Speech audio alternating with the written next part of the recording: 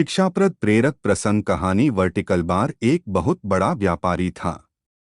उसका व्यापार बहुत फैला हुआ था और बहुत अच्छे से चलता था, लेकिन फिर भी उसे चिंता रहती थी कि उसके बाद उसके व्यापार का क्या होगा। उसका बच्चा उस व्यापार को अच्छे से संभाल पाएगा या नहीं।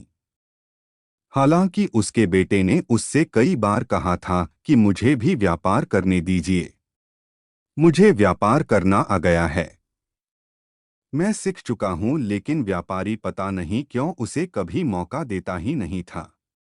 कुछ दिन बीते और एक दिन व्यापारी की तबीयत अचानक खराब हो गई। उसे दिल का दौरा पड़ा।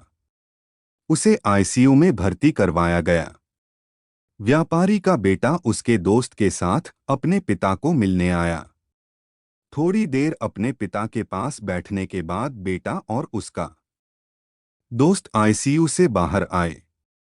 बाहर एक आइसक्रीम की दुकान देखकर व्यापारी का बेटा बोला, चलो आइसक्रीम खाते हैं।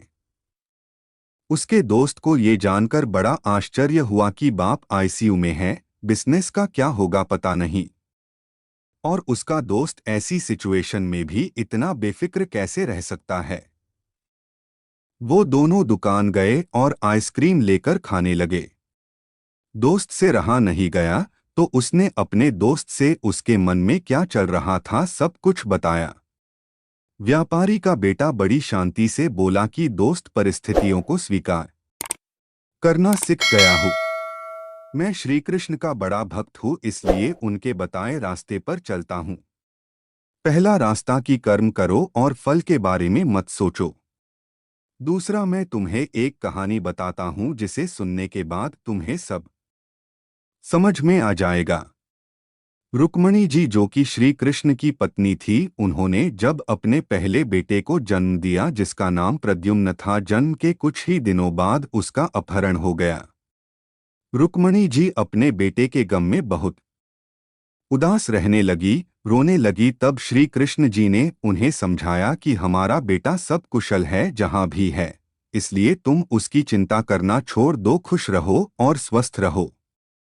यह उनसे खुद भगवान श्री कृष्ण ने कहा था। फिर भी रुक्मणी जी ने अपने बेटे की चिंता नहीं छोड़ी, पर आखिरकार 18 साल बाद प्रद्युम्न घर वापस लौटा। वह विवाह करके लौटा था और समस्या यह थी, उसने अपने से 20 साल बड़ी महिला से शादी की थी।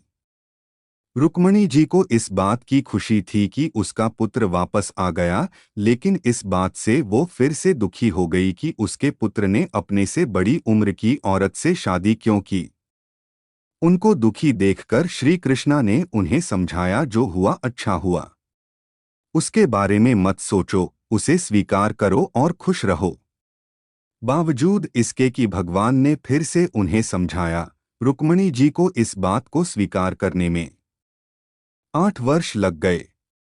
इस तरह से रुक्मणी जी ने अपने जीवन के 26 साल दुख में बिता दिए, सिर्फ इसलिए क्योंकि वह परिस्थितियों को स्वीकार नहीं कर पाई।